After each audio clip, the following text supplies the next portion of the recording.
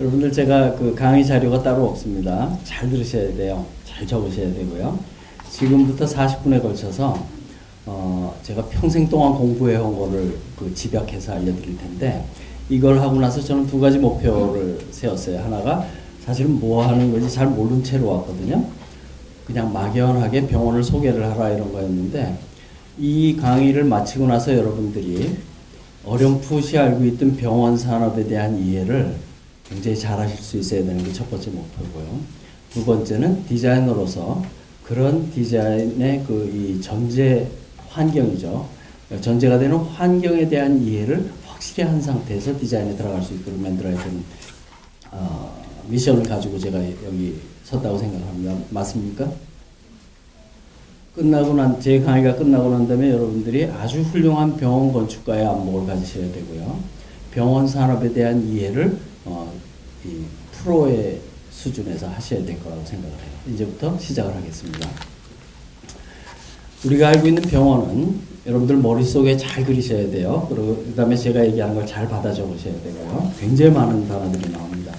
우리가 알고 있는 병원은 동네에 있는 의원서부터 지금 여러분 계시는 이런 특수한 대규모 대학병원에 이르기까지 굉장히 광범위한 형태의 이 세일즈 형태를 가지고 있어요. 제가 세일즈라고 얘기를 했어요. 어디에 비교를 하시면 되냐면 유통업하고 똑같다고 보시면 돼요. 종합병원은 백화점입니다. 동네에 있는 병원은 동네에 옛날에 있던 구멍가게예요. 아시겠죠? 거기서 의료 서비스라는 상품이 전달이 되고 있는데 이게 굉장히 길고 긴 역사를 가진 거라고 착각을 하기가 쉽지만 실제적으로 우리가 알고 있는 쓸모있는 의료 서비스는 약 150년 전에 시작을 했습니다. 그거를 이 역사적으로 고찰할 때 150년 이전에, 그러니까 1850년대 19세기 중반 이전의 의료 서비스와 그 이후의 의료 서비스로 갈라지는 거예요. 그 갈라지는 분수령을 만든 사람은 여러분들이 이름으로 많이 알고 계신 플로렌스 나이팅게일입니다. 플로렌스 나이팅게일은 간호라는 서비스를 처음으로 의료 서비스에 접목을 시킨 사람이에요. 그 이전에는 간호라는 개념이 없었습니다. 간호는 뭐였냐면 그냥 죽어가는 사람 옆을 막대기 들고 지키는 거였어요. 실제로 그랬습니다. 왜? 병원이 죽어가는 사람을 수용하는 수용시설에 불과했죠. 거기서 제공되고 있던 쓸모있는 서비스는 딱 두 가지라고 단적으로 얘기를 하는데 하나는 발삼 오일을 먹여가지고 설사를 시키는 거, 몸에 독을 빼내는 거. 두 번째, 가끔 영화에 보시면 나와요. 이렇게 팔을 찍 이발용 면도날로 갈라서 피를 한 파인트씩 뽑으면 회복이 됩니다. 뭔가가. 그 두 가지가 가장 쓸모있는 시절이 쓸모 있었던 의료 서비스였던 시절이 불과 150년 전이에요. 그때 플로렌스 나이팅게일이 그 사람이 모든 의료 서비스를 만든 사람은 아니고 간호라는 개념을 도입해서 병원을 쓸모있는 기관으로 만들어 놨습니다. 그 이전엔 수용소였다고 그랬죠.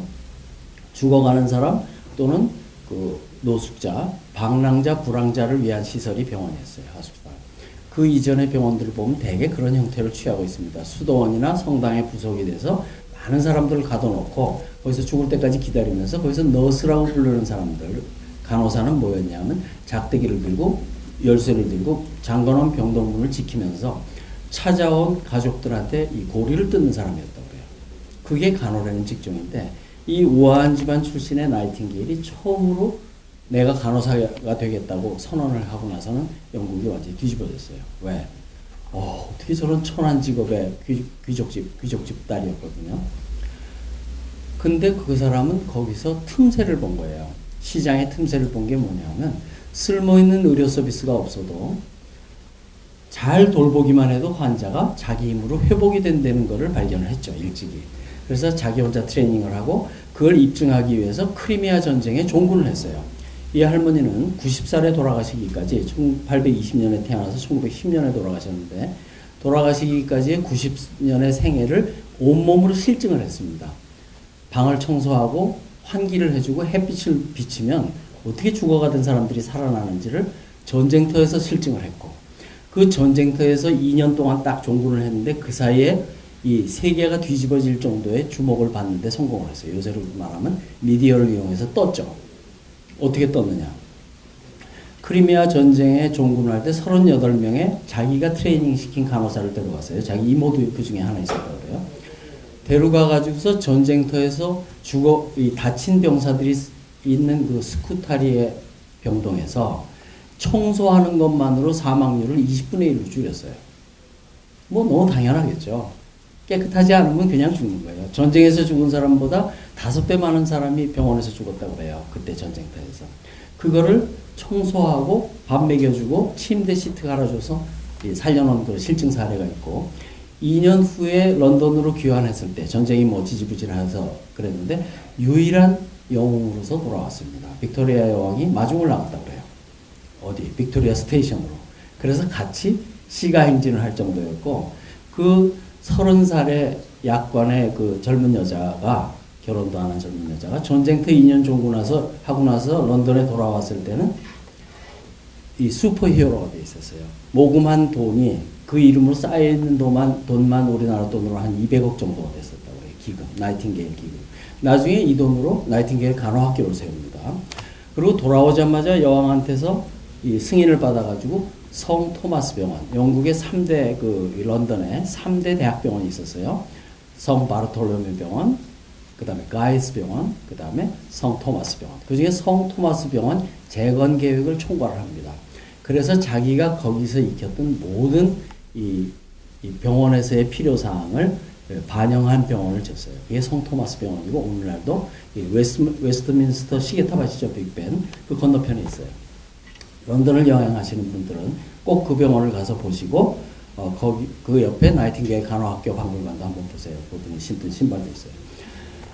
그래서 그 나이팅게일이 병원을 이렇게 탁 만들어 놓고 거기에 간호라는 걸 제공을 해서 병원의 위상을 올린 이후에 생긴 일인 정말 기적과 같은 일이었어요. 뭐냐면 우리가 알고 있는 모든 의료 서비스의 발명 발견이 그 후 50년 후에 다 일어나요. 나이팅게일은 그렇게 감염에 관심을 두고서 환자와 환자 사이의 거리, 그 다음에 창문의 높이, 창문과 천장의 모양, 이런 거를 다 하고 공기안에 그 환자 한 사람이 누려야 되는 공기의 사이즈까지 그 큐빅 인치로 표현을 했는데, 그 정도까지 자세한 지침을 이 2권의 책에 썼습니다. 노츠 온 너싱이라고 이렇게 한국말로 번역이 된 책이 있고, 노츠 온 하스피탈즈라는 것을 이용해서 자기가 가지고 있던 모든 간호상의 필로소피를 썼는데, 특히 노츠 온 하스피탈즈는 보시다시피 이 건축책이에요. 그 당시에 나와 있던 모든 병원들의 평면과 간호사의 액티비티를 점검을 해가지고서 제일 올바른 답으로서 이 성 토마스 병원을 설계안을 내놨습니다. 소위 건축적인 프로토타입을 만들었죠. 이분이 이 디자이너로서 했던 일의 이 가치는 이루 말할 수도 없을 뿐만 아니라 얼마나 세밀하고 정확하고 광범위했던지 지금도 이 원칙은 하나도 변하지 않습니다. 요번에 그 병동 디자인을 이 프로젝트를 하시는 분들은 나이팅게일 원칙을 잘 따라가시면 돼요. 이따가 소개를 해드릴 테니까 잘 받아 적으셔요. 그러고 나서 이 감염과 이런 거에 대한 모든 프린시플을 집어넣어서 병동 설계를 하고 난 다음에 20년 후에 세균이 병을 일으킨다는 걸 알아냅니다. 기가 막히죠? 그 20년 전에 감염과 대규모 감염과 왜 가까이 있으면 안 되는지, 왜 환경이 깨끗해야 되는지를 다 설명을 하고 나서 20년 후에 세균이 발견이 돼요. 그러고서 소독을 하게 됩니다. 손을 씻고 애를 받고 폐혈증 환자가 확 줄고. 그러고서는 몇 가지 일들이 동시다발적으로 벌어지는데 뭐냐면 이 아주 비슷한 시기에, 그러니까 19세기 중엽에 마취술이 생겨납니다. 여러분들 마취술이 생기기 이전의 수술 장면을 한번 상상해 보실 수 있나요? 8명의 건장한 수술팀이 들어가서 팔다리 머리를 붙잡고 이 다리 하나를 잘라냅니다. 그 17세기에 쓴 그 외과 의사의 수기에 그런 게 있더라고요. 오늘 환자는 다리 하나 자르는데 왜 이렇게 요동을 부리는지 4시간 동안 내가 죽는 줄 알았다. 왜 안 그렇겠어요? 마취 없이 수술을 하니까. 그리고 마지막엔 다 죽습니다. 한 90%는 수술하고 죽어요. 왜? 그 사이에 피를 너무 많이 흘려서 죽으니까 마취가 안 되고 혈관을 잡을 수 있는 기술, 그러니까 이 지혈을 할 수 있는 기술이 없을 때는 수술이라는 그런 거였겠죠. 근데 마취술이 생겨나고 지혈을 할 수 있는 기술이 생기고 그 다음에 소독이 되고 그 후에 이 전자전기를 이용한 그 여러 가지 이 의료기술이 다 나와요. 그 중에 백미는 1895년 나이팅게일이 병원을 설립하고 35년 후에 엑스레이를 발견합니다. 렌트겐이 독일에서 엑스레이를 발견하는데 인류가 지금까지 알려진 모든 기술 중에 최단 시간에 지구 한 바퀴를 도는 기술이라고 해요. 딱 1년 걸렸대요. 유럽에서 시작해서 미국을 거쳐서 아시아로 해서 아프리카까지 오는데 1년 딱 걸린 기술은 지금도 없답니다. 그 정도로 획기적인 일이었고 그 후에 나이팅게일 이후의 병원은 오늘날과 같은 형태를 갖출 때까지 이 엄청 쓸모있는 기술들이 집약된 장소로서 성장을 합니다. 그리고 20세기로 넘어와요. 19세기 말에 있었던 그 사회적인 현상 중에 이걸 도와줄 수 있었던 현상은 이 기술과 건축 기술의 발전이었어요. 엘리베이터, 그죠? 엘리베이터가 있어야 고충하잖아요. 그러니까 에펠탑 같은 철골로 높이 짓는 기술. 이런 것들, 그 다음에 콘크리트로 집을 짓는 기술들이 다 나와가지고 오늘날 같은 병원이 그 안에서 엄청난 이 기술들을 보유하게 됩니다. 자, 이렇게 해서 그 후에 인기가 있었던 이 의료 서비스는 150년의 황금 같은 시기를 누립니다. 최근까지. 여러분들, 제가 그 친구들이 의사가 많은데 막 제가 이제 의료 서비스 공부를 했기 때문에 비난을 하고 그다음에 이런 문제를 제기를 하면 조그맣게 얘기해요. 우리 친구가, 의사인 친구가. 그래도 죽기 전에 한번 꼭 오더라. 맞죠? 그럴 수밖에 없게 돼 있어요. 이 사회 구조가 죽기 전에 한 번은 최소한 오게 돼 있는 거예요. 얼마나 쓸모가 있었겠어요. 그죠? 그러면 그거를 제공한 사람들의 이 마음을 읽을 수가 있습니다. 150년 동안을 법적인 보장과 독점권을 인정받아가지고 우월한 지위에서의 공급자로서 살아오면 그 끝이 어떻겠습니까? 오늘날 의사 선생님들 같은 모습이 되는 거예요. 어떻게 해도, 디자인 안 해도, 그 다음에 아무것도 안 해도 자기가 먹고 살 수 있고 사회적으로 존경받고 다 보장이 되는 그런 비즈니스가 된 거죠. 여기에 그 디자이너로서의 굉장히 어려운 그 문제점이 있습니다. 오전에 강의하시는 분들 얘기를 들으니까 바로 그런 접점에서의 문제점이 많이 나오는데 그건 사회적인 문제입니다, 사실은. 자, 그래서 20세기의 병원은 그 이후에 비약적인 발전을 합니다. 그 나이팅게일이 이 트레이닝 시킨 미국 최초의 간호사가 루이스 리차드가 하는 사람이 미국으로 가서 간호학교를 차려요. 그분이 다시 일본으로 가서 에도 시대의 간호학교를 만듭니다. 그래서 나이팅게일의 원칙을 제일 많이 승계했다고 자부하는 게 일본 간호사들이에요. 그래서 일본 병원에서의 이 간호사들의 위상은 우리나라보다 절대 낮지 않습니다. 제가 좀 역설적으로 얘기를 하는 거예요. 그래서 간호라는 게 병원을 중심으로 발달을 하고 의료 서비스가 첨가가 되면서 20세기는 의료 서비스의 이 하이라이트가 병원을 중심으로 일어나는데 얼마나 좋았으면 전 세계 사람들이 병원 근처에 살기를 원해요. 그래서 병원은 사회적인 현상이 됐어요. 병원은 그래서 지역성을 바탕으로 하고 있습니다. 이 일이 계속되면서 의료사의 그 굉장히 여러 가지 발견 중에 20세기 10대 사건 하는 것 중에 제일 먼저 있는 게 1940년도에 40년대 초에 2차 대전 중에 개발이 된 페니실린 항생제 그 쓰임제였습니다. 항생제라는 이 세균을 대적하는 제일 효과적인 무기가 생김으로써 병원은 다시 한번 이 전성기를 맞습니다. 왜? 약을 쓰면 엔간한 그 감염 질병에서 거의 다 헤어나는 거죠. 그전에는 불치병이었던 것들이 이제 치료할 수 있는 병으로 전환이 된 사건입니다. 그 후에 또 하나를 고르라면 1972년도에 그 엑스레이를 한층 더 개량을 한 컴퓨터를 이용한 CT 스캐너가 생겨요. 뇌를 이렇게 잘라서 볼 수 있게 됐습니다. 옛날에 엑스레이를 이렇게 찍으면 뭐가 나와요? 머리통 꼭대기하고 발바닥이 나오겠죠. 이렇게 찍었으니까. 그걸 이렇게 잘라가지고 슬라이스를 해서 볼 수 있는 기술이 CT 스캐너인데 그 이후로 사람은 이 머리의 영역을 개척을 하기 시작합니다. 의료 서비스는. 그 후에 MRI라는 훨씬 더 효과적인 수단이 나오고 이렇게 기계의 발전은 20세기 후반에 있었습니다만 이미 병원은 터질 대로 터질 사이즈로 이 100년을 달려오고 있어요. 나중에 설명을 드리겠습니다만 20세기 병원의 그 제일 큰 문제는 뭐였냐면 딱 이슈로서 얘기를 하라 그러면 성장과 변화에 대한 대응이었습니다. 어느 병원도 잠시도 공사를 멈춘 병원이 없었어요. 그 사람이 그렇게 성장하고 있었거든요. 30베드로 시작한 병원은 나중에 300베드가 되고 그 다음에 3000병상까지 커지는 그 150년이 있어요. 그러니까 동네 구멍가게가 백화점으로 다 성장을 한 거예요. 너무너무 많은 사람들이 몰렸기 때문에 이 점을 좀 또 유념을 하셔야 됩니다.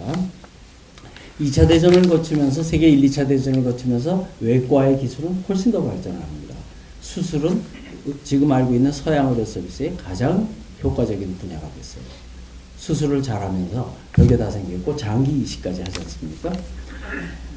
그러고서는 이제 1950년대 그 베이비붐 세대와 그다음에 전후의 그 복지 사회가 오면서 그때 사람이 꿈꾼 테크노피아라는 이 개념이 대두를 하는데 테크노피아의 가장 궁극적인 형태가 병원이었어요. 병원이 마치 우리 인간의 이 삶의 질을 엄청나게 향상시켜 줄 것 같이 착각을 주던 시기가 있었습니다. 그래서 병원은 무한 성장을 했어요. 그래서 1970년대 초반부터 나타나기 시작해서 80년대 초까지, 70년대 말까지 전 세계 메이저급 대학 병원은 타이타닉이라는 이름을 가진 거대 병원으로 발전을 합니다. 그 타이타닉 병원의 예인 미국의 메이오 클리닉, 미국에 주로 있어요. 카나다의 맥마스터 대학병원, 독일의 아헨 공과대학병원. 이런 타이타닉들은 성장을 무한히 할 수 있도록 바둑판 형태로 지어졌어요.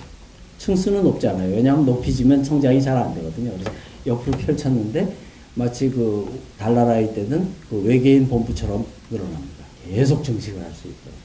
그래서 나중에는 어떤 형태가 되냐 하면 도저히 이 병원 안에 근무하지만 근무 정년 퇴직 때까지 사람이 만날 수가 없을 정도의 많은 사람이 근무하는 대형 기관이 돼요. 10,000명 정도의 사람이 근무를 하고 하루에 드나드는 사람이 3, 4만 명이 되는 거대 도시를 이룹니다. 그게 무한히 성장할 줄 알았어요. 근데 우리 인류의 역사를 보면 항상 있었던 사건이지만 의외의 변수가 나타나면서 그게 침몰을 합니다. 1978년도하고 82년도 두 번에 있었던 오일 쇼크가 그 거대 병원을 더 이상 성장하지 않도록 저지시켰어요. 그 후에 병원은 분화의 길을 걷습니다. 작아지고 고도화되면서 굉장히 이 퀄리티가 높은 진료 서비스를 제공하는 요즘 표현으로 하면 부티크 형태로 변하고 있습니다. 근데 이 개발도상국이나 저개발국에서는 그게 여전히 일어나고 있어요. 대만대학병원 4,500병상, 아산병원 2,000병상, 2,500병상 정도죠. 서울대학병원, 보람의 분당까지 합치면 거의 한 3,000병상 가까이 되겠죠. 소아병동, 안병동 다 했어요. 이런 일들이 여전히 벌어지고 있고 한쪽에서는 와해되고 있고 이런 시기를 거치고 있습니다. 이게 우리가 짧게 요약을 해서 본 19세기와 20세기의 병원의 발전이에요.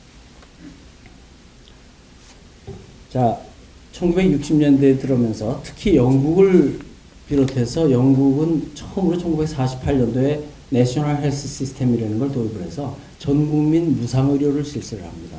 지금도 영국 병원은 그 영국 국민이라면 배가 아파서 응급실에 들어가서 나올 때까지 이름을 안 묻는 경우도 있습니다. 약을 주고 치료해주고 나았어요. 하룻밤 재워주고 나았어요. 집에 가세요. 그러면 그 사람이 다시 들어와서 저 제 이름도 얘기 안 한 것 같은데요. 그랬더니 의사가 눈을 동그랗게 뜨면서 이름 필요 없어요. 아픈 거 고쳐드렸잖아요. 그게 내셔널 헬스 시스템이에요. 그런 나라도 있고 그렇게 복지국가로 가는 나라들이 있고 부끄럽하고요. 미국식으로 이 의료제도가 퇴폐해져 가지고서 더 이상 눈 뜨고 볼 수 없는 지경까지 가는 경우도 있습니다. 미국은 의료비를 GDP의 20% 가까이 쓰고 있어요. 지금 아무도 컨트롤 못합니다. 그걸 위해서 굉장히 많은 노력을 기울였지만 20%의 재정이 의료비에 들어가요. 국민의 25%는 의료보험 카드가 없어요. 이런 나라로 가게 된 이유 중에 굉장히 깊이 들어가 보면 의료시설의 확장이 그 원인인 경우도 많습니다. 이미 1960년대에 세계보건기구 안에는 병원을 담당하는 부서가 없어졌어요. 이 점을 굉장히 의미심장하게 보셔야 되는 이유가 뭐냐면 국민 건강에 별 도움이 안 되는 거예요. 병원이라는 제도가. 참 아이러니컬하죠. 세계보건기구는 병원에 관심이 없어요. 이미 그때 책을 내고 끝냈어요. 뭐냐면 병원이 이대로 성장하면 온 인류의 모든 자원을 다 갉아먹게 돼 있고 건강 향상은 요만큼 될 것이다. 이렇게 된 거죠. 자, 이런 점을 전제로 해서 20세기를 마감을 하고 21세기에 들어와서 병원들은 아까 얘기한 대로 부티크와 굉장히 이 특성화된 서비스로 분화가 되고 그 다음에 병원을 훨씬 더 지역사회에 친화적으로 지어야 되겠다는 움직임이 나타납니다. 우리나라에서는 1980년도 근처에 이 건강보험이 도입이 되면서 병원이 많이 모자랄 걸로 생각을 했어요. 왜냐하면 보험카드를 가지면 병원 이용량이 늘어나거든요. 이 늘어나는 이용량에 대비하기 위해서 병원을 재야 되는데 돈이 없었어요.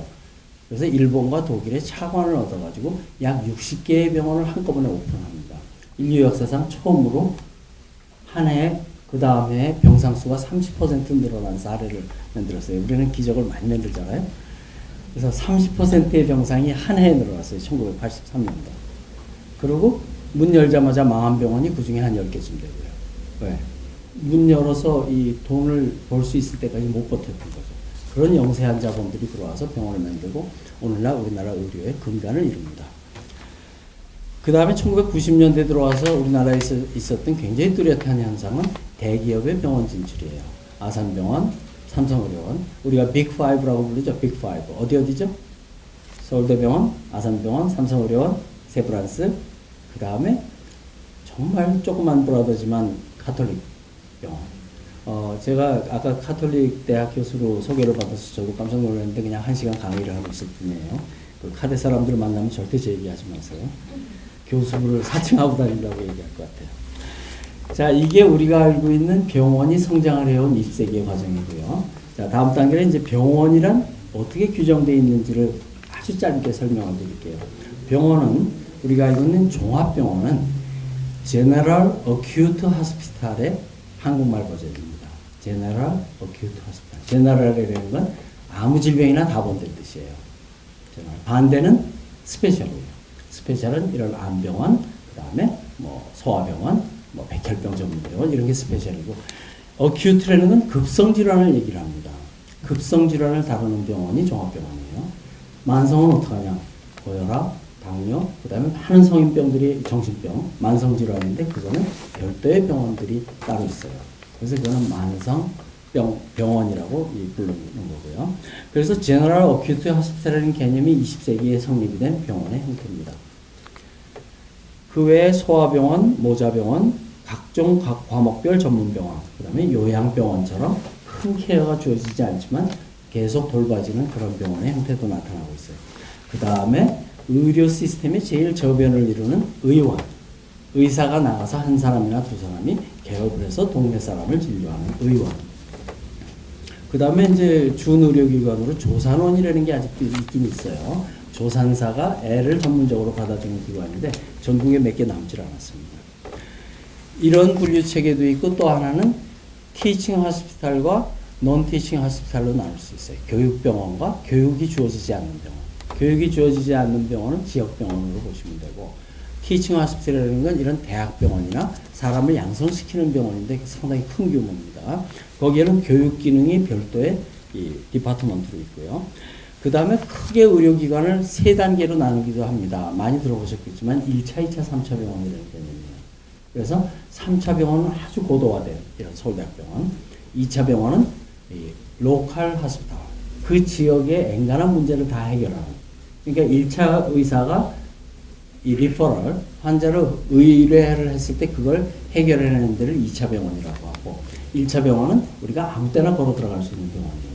그래서 건강보험은 각 단계마다 그 갈 수 있는 권한을 따로 주고 있는데 그 차이가 너무너무 미미해서 감기 환자가 서울대학병원에 와도 아무 문제가 없습니다. 돈 몇천 원 더 내면 돼요.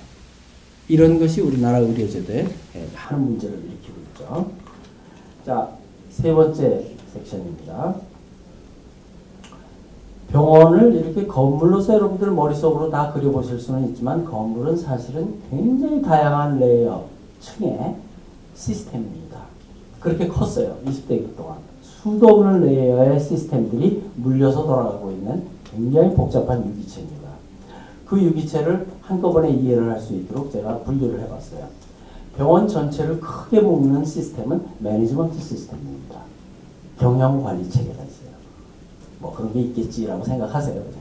그래서 사람이 뽑히고 돈을 다루고 환자를 볼 수 있도록 효율적으로 만들어주는 끊임없는 경영 네트워크가 있고, 그걸 뒷받침하는 것 중에 여러 가지가 있습니다만 그 경영 조직 중에 병원에서 제일 독특한 게 뭐냐면 원무 관리 시스템이에요. 환자를 다루는 시스템. Patient Administration System. 여러분들 앞으로 다루시게 되는 입원, 외래, 응급 환자는 전부 이 업무 관리라는 데서 관할을 합니다. 환자가 들어와서 나갈 때까지의 플로우는 전부 여기 맞닿아 있어요. 돈 문제가 있죠, 약이 있죠, 공급이 있죠, 입원도 있죠. 이런 게 전부 업무 관리 시스템으로 묶여 있고요. 세 번째는 물자 관리 시스템입니다. 병상 수가 3,000개쯤 되고 직원 수가 뭐 10,000명 가까이 되고 드나드는 환자 수가 뭐 몇만 명이 돼서 하루에 5만 명이 드나들면 이 물 관련되어 있는 물류 시스템은 어마어마해요. 병원 안에 택배가 있다고 해도 과언이 아닐 정도의 시스템이 돌아가고, 그 다음에 그 중에는 약도 있고 물자도 있고 소모품도 있고 뭐 별의별 거 다 있지만 진료재료도 있고, 그 중에는 공급하고 끝나는 게 아니라 재생 시스템으로 돌아오는 것들도 있습니다. 수술 장비 같은 경우는 쓰고서 다시 공장으로 돌아와야 돼요. 그러니까 얼마나 큰 비즈니스인지 아시겠죠? 쓰고 버리는 루트가 있고, 처음 들어와가지고 쟁여놓고 나눠주는 분배 시스템이 있고, 어떤 건 되돌아와가지고 리프로덕션을 하는 시스템이 있어요. 그런 것들이 병원의 물자 시스템인데, 이게 트래픽을 유발합니다. 이 트래픽은 크게 나중에 이제 설명을 드리겠지만, 이 승강기, 이 병원이 고층화되면서 생긴 승강기 시스템과 그 다음에 물자를 별도로 다루는 이 기계 장치들이 있어요. 컨베이어 벨트도 있고 에스컬레이터도 있고, 그 다음에 이 007 가방 같은 게 천장에 매달려서 빙글빙글 각 부서를 도는 그 물자 공급 시스템이 있습니다. 네 번째는 병원이 갖춰야 될 굉장히 중요한 클리닝과 시큐리티 시스템이 있어요. 병원 청소는 굉장히 전문화된 분야고 굉장히 많은 사람이 종사를 합니다. 하루 종일 밤새도록 청소를 해요. 어디선가는 어떤 특수한 청소든지 일어나고 있고, 구역마다 지키고 있는 시큐리티 시스템이 가동되고 있어요. 다섯 번째는 병원이 굉장히 이 역사를 통해서 오랫동안 괴로워하던 문제 중에 하나인 급식 시스템이 있습니다. 푸드 딜리버리 앤 케이터링 시스템이라는 건데, 하루에 1,000명의 환자한테 3끼를 먹이면 3,000씩이 돌아가야 되는데, 주방에서 떠나가지고서 15분 안에 환자한테 도착을 해야 돼요. 아시겠죠? 얼마나 힘든 일인지 상상이 가세요? 그래서 사람이 지금은 대부분 합니다만, 외국에서는 로봇 시스템이 들어와서 밥차를 들어 올려서 날리는, 이렇게 날리게 되어 있는 자동 시스템이 많이 도입되어 있어요. 이거는 남북전쟁 때 미국의 병원의 형태가 수레바퀴형으로 생기고, 그 수레바퀴 가운데 축 부분에 주방이 있었다는 걸로 상상을 하시면 돼요. 거기서 이 축을 따라서 밥을 공급하는 게 그때 병원의 최대의 문제였어요. 하루에 3번. 밤늦게 입원하는 환자를 위해서 가끔 4번씩도 줍니다. 그 사이사이 직원들이 와서 먹어요. 그리고 환자 보호자들이 먹고요. 여섯 번째, 점점 그 중요성이 강해지는 그 인포마틱스가 있습니다. OCS라고 해서 오더 커뮤니케이션 시스템. 이 매니지먼트와 환자 관리와 물류까지를 전부 커버하는 전산 시스템이 병원을 얽어매고 있어요. 뭐 상상이 가시죠? 얼마나 복잡할지. 그래서 우리나라에 있는 어떤 시스템도 최고라고 자부를 할 수가 없는 지경에까지 이르렀습니다. 병원 하나의 전산 시스템을 개발하는데 개발비만 몇백억이 들고 매년 몇십억씩 추가로 들어가는 그런 시스템이 돌아가고 있어요. 여기에 최근에는 EMR이라고 해가지고 그 전자 차트 시스템, 손으로 쓰던 차트가 전부 전산으로 들어가게 이제 됐습니다. 그래서 EMR까지 묶여서 거대한 시스템이 돌아가고 있는데, 뭐 다 잘하고 있겠지 생각을 하시면 좋겠어요.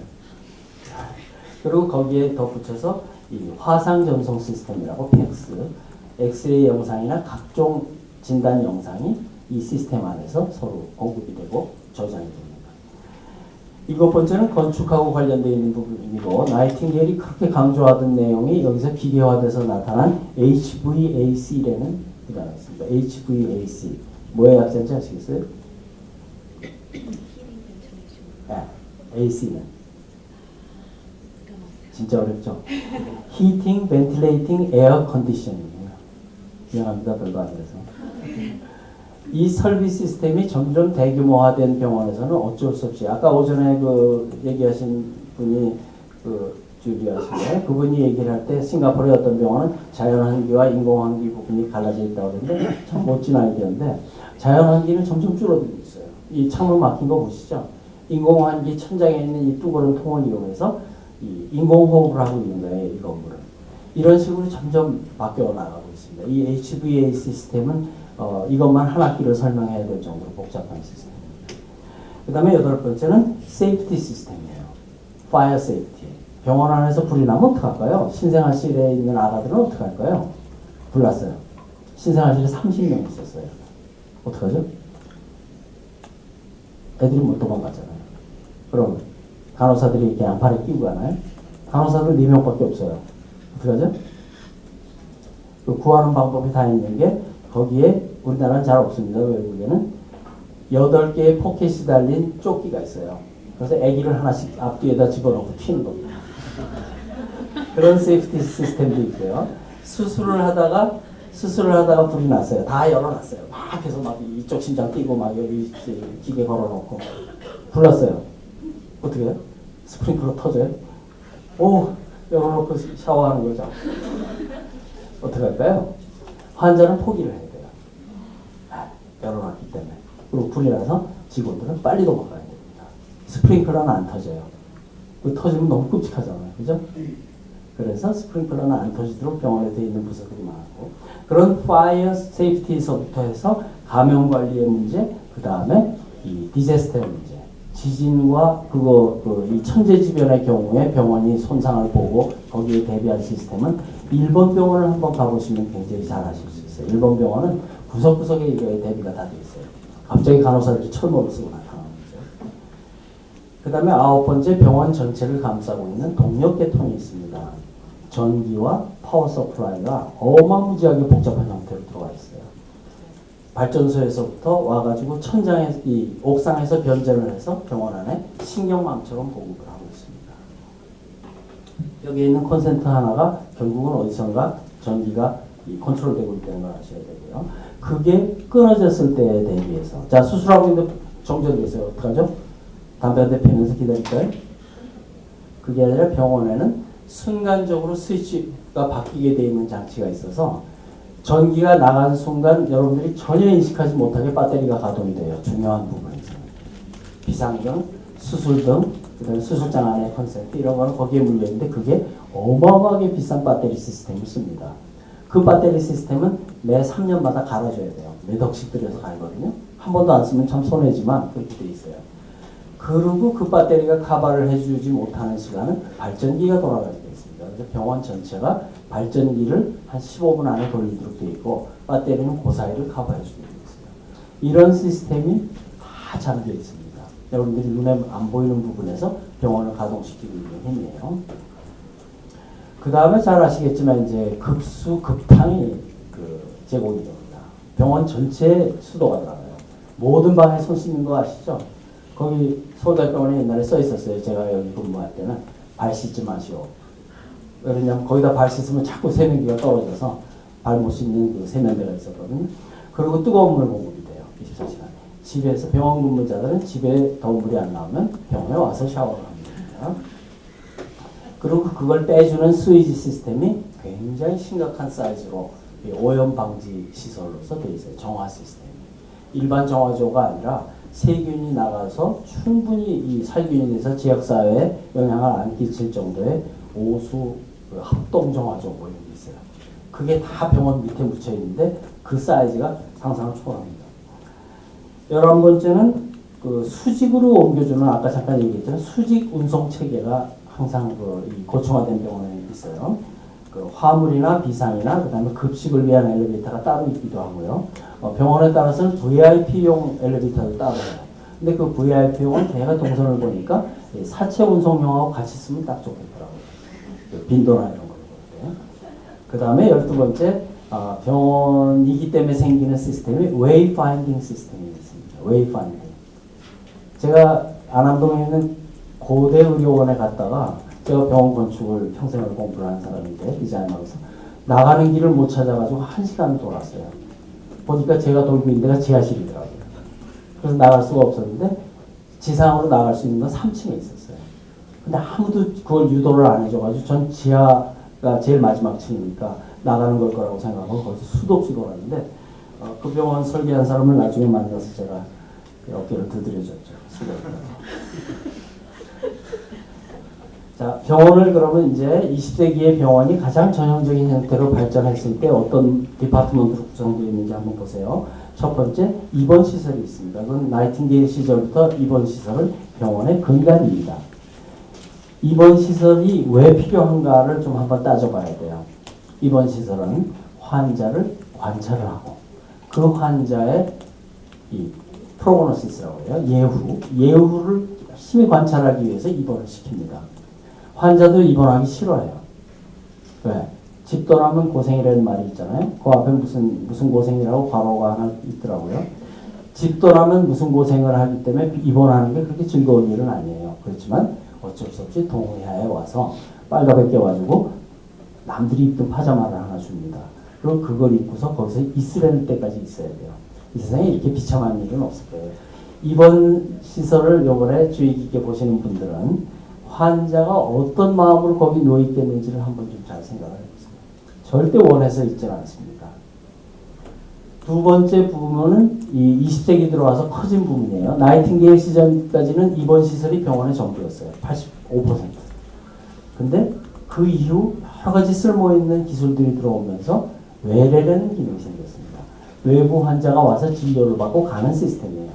이번에 외래 환자 동선을 공부하시는 분들도 계시겠지만 외래 환자는 철두철미하게 공급이 모자라던 시절에 의사가 앉아서 진료를 할 수 있는 체계예요. 아시겠어요?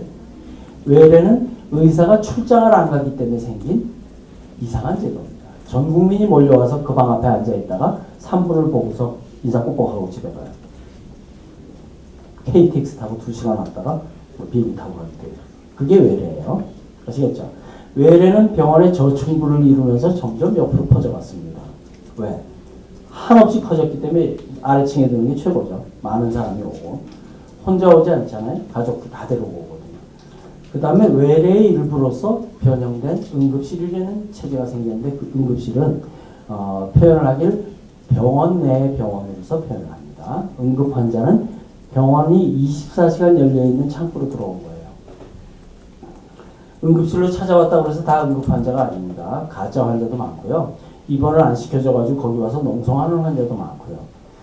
강남에 돈 많은 집안 사람들이 삼성의료원 응급실 바닥에 복도에서 2박 3일 동안 누워서 신문지 깔고 있습니다. 입원해보려고. 이게 어떻게 변형된 건지 아시겠죠?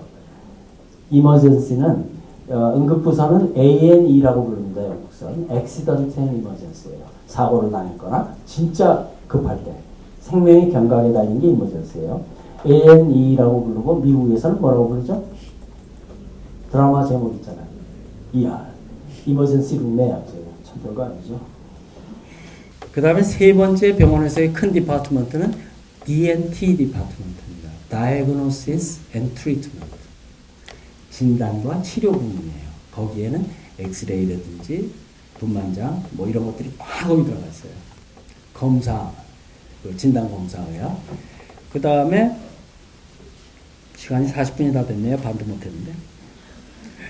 그 다음에 행정 부문이 있고 서비스 부문이 있고 교육 부문이 있고 기타 부문이 있어요.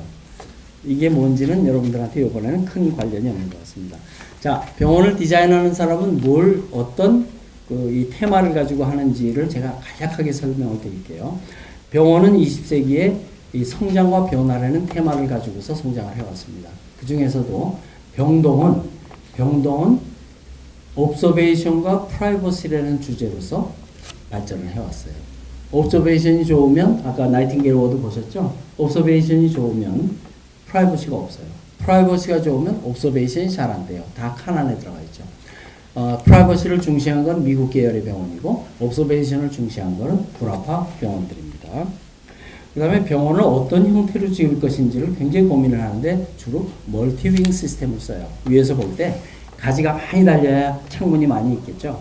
그래서 이 가지가 많은 멀티윙 형태, 날개가 많은 형태의 병원으로서 지어졌습니다.